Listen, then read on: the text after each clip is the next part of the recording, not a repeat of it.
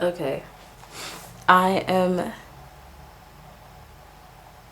That's so. I took some stunning pictures just a second ago. Because I forgot how my camcorder works. I just came back from this talk over at one of the, this kind of, it's a WeWork. It's a WeWork, but it's an artistic WeWork. I don't know why air quotes. Because it doesn't call itself an artistic WeWork. I'm calling it an artistic WeWork, but it's a WeWork essentially.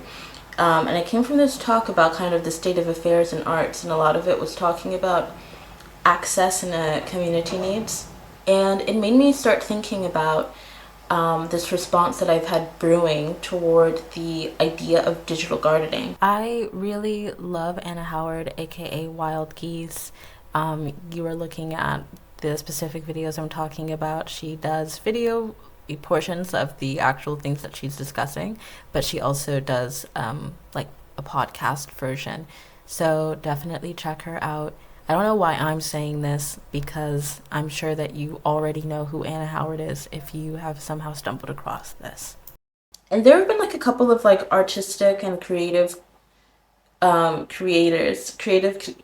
who talk about creativity and the process of making and things like that.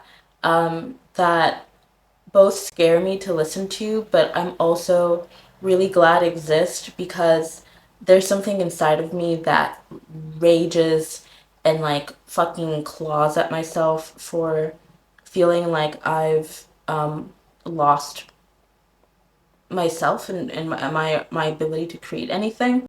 I also feel like listening to them is an act of acknowledging of myself that there is still something creative left in me, and maybe that time isn't gone. So my response to this idea of digital gardening is first and foremost a lot of the things that she was talking about in that video. I have two videos that she was talking about digital gardening, and I've seen a couple of people kind of like propagate like this idea of trying to really be intentional and take care of how you treat your interests and your thoughts and note things down. And as someone who is insanely obsessed with archiving as many thoughts as I have, this is about digital gardening and it's also about community. So, digital gardening in the context of community and art in the context of community. What is an artist if not considered an individual person? An artist is an individual person, it is a singular noun, right? There's a group of artists. That doesn't mean that they have anything to do with each other. They're just all singular individuals who are maintaining their own functions, who are around each other. But what is art without interface? The interface has to be community. I think digital gardening in this way is also a really important thing to hone in on because I feel like what the web really and truly lacks genuine and true community. There are a lot of facades and traps that people can fall into by looking at something and individualizing it, making it something that is so singular to themselves that they isolate themselves away from something that is a community activity. Take the program that she mentioned in her video, by the way, Obsidian.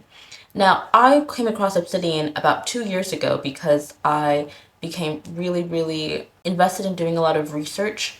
And I found this amazing video about how this PhD student set up her Obsidian. She had this amazing web it was actually really cool. But I followed it halfway and then came across more and more ways and tools and videos and blogs about how people customize their obsidians. There were ways that I could code things myself, and I'm not a coder. I don't know that. Like, I am, but not in that way. So, even little things that I could do to have fun with my own experience.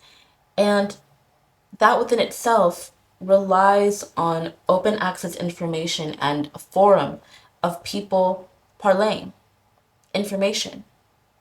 That's amazing. Arena or Audi is another really good example that I also feel like people can fall into the trap of bubbling themselves.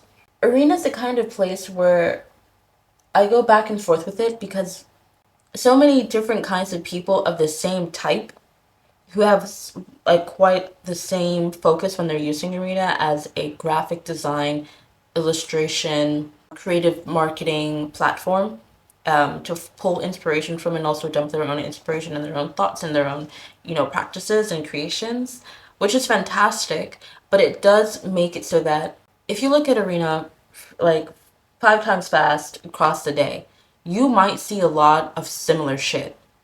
But within itself, that is a wild woods with a lot of the same trees. But there are so many different plants and animals and things running around. And there's a random guy on a bike and he just comes through, but he's not a guy on a bike. He's actually a bear riding a skunk. I don't know. Whatever. Like some stupid whimsical shit is happening. And you can still look things up. And by way of dropping seeds, you're seeing different things maneuver their way across this platform quite wildly. And if you want a curated look, they have a newsletter that they release. You can tune in for like their monthly drops.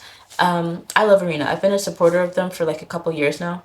Again, fantastic to see people finding these things, but it also makes me feel this strangling doubt that I can't really put my finger on what it is. But I think after going to that talk, I realized I'm like, this is going to become something where they're going to make it a part of their personality, but they don't add their personality to the thing that they're taking from. Do you understand? What are big gardens? Not one person can tend a big garden. Give a retiree a big, nice house, and they'll be able to make something to cook, but not for so long. Not for so long. When I need a village. You need a village. You need people. And a community garden is going to community gardens feels like walking into spaces that exist outside of the perpetual entropy of time, particularly under a capitalist society and a capitalist order. It feels like it's outside of a hegemony. It feels like it's outside of, even though some of the background politics that be happening in the places is craziness, but they feel good. Oh my god, they feel amazing. And do you think just one person is tending to that garden? No. You can have your own plot.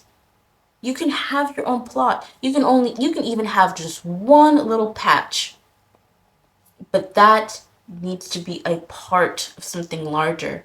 For people who are going and doing this digital gardening thing, whether out of their own creative practice, the desire to express themselves in some way, the desire to just repot your brain, I really, really ask that you think about community in that sense. And I kind of want to take a moment to talk about these online communities that I feel like not only allowed you to have random encounters with the internet world and the outside world beyond the internet, but kind of ask as an open-ended question, does anyone know where these kinds of places went?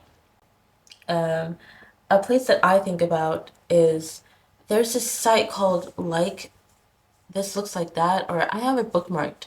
You can pull in pictures and you get this massive array of pictures that resemble in some way that have something to do with the image that you've put in. It's really interesting when you want to find different source materials, say that you're, I don't know, doing like a slideshow or something, or you have a specific idea in mind for a piece that you want to make, or just something that you want to see. You can immediately kind of get that satisfaction, but as you kind of scroll, it very fast, very, very quick, like takes a turn and shows you all this other different shit. And you can click on that and that becomes like something different. Another thing that I was thinking about when I was thinking about this digital gardening stuff was this amazing site called StumbleUpon. Does anyone remember StumbleUpon? I remember I used to love using StumbleUpon just because the zany shit that you would find, that you would come across, you would go from someone's Swift made site that was just playing some animation on a loop to, I remember I came across this site that was a website about like eggs.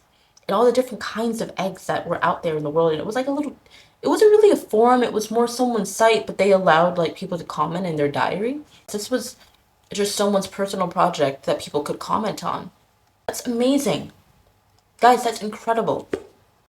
In doing research for this, I also found these two really cool articles about StumbleUpon and kind of talking about how they influenced our perception of websites and how we found different things, which I found really interesting. So I'll link them. I would just click, and you could click in random. You could put different interests that you had to curate it, but sometimes you could just get something fun.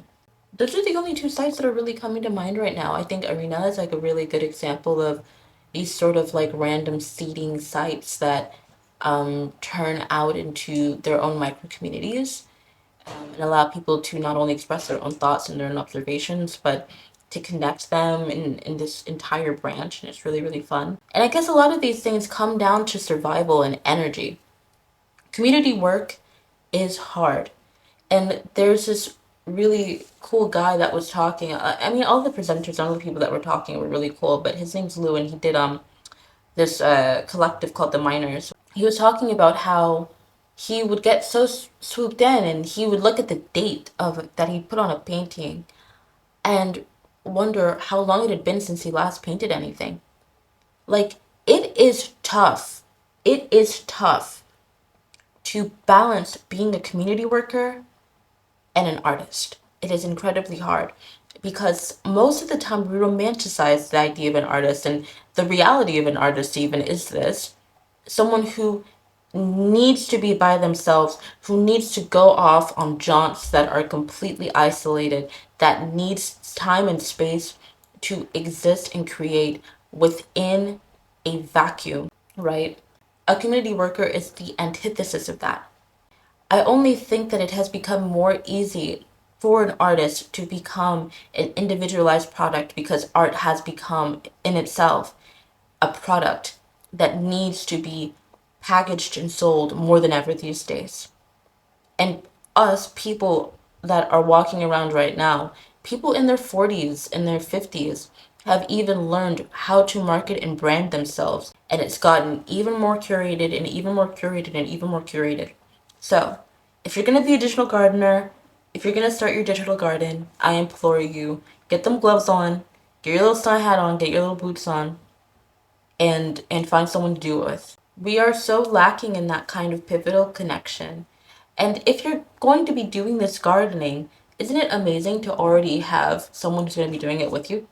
I hope that people are making friends in the YouTube comments and really talking about this kind of stuff. I myself feel like I've been a terrible artist, but a decent community worker. I've been out there, I've been doing things. I feel like I've had my fingers in a lot of different collectives, a lot of different holistic groups within the community, and not done anything for myself really. And that makes me want to crumple inside of a ball and die. This unrelenting discomfort with myself. If you're interested in digital gardening strategies, or you want to see me talk about my obsidian, anything like that, maybe I'll do that. I don't know. I miss video responses. What happened to video responses? I know that they became quite toxic and really disgusting, and God knows that a bunch of trolls don't need, a built-in system to be able to mock and terrorize someone's simple video. But I do miss having video responses. This is one of those things where I'm like, we get further and further separated. Not only do we get grouped together by algorithms, but we become separated. We're essentially collated, not collected. You get me? Am I making sense? Am I making sense? I don't know if I'm just rambling. I don't even know if this will see the light of day.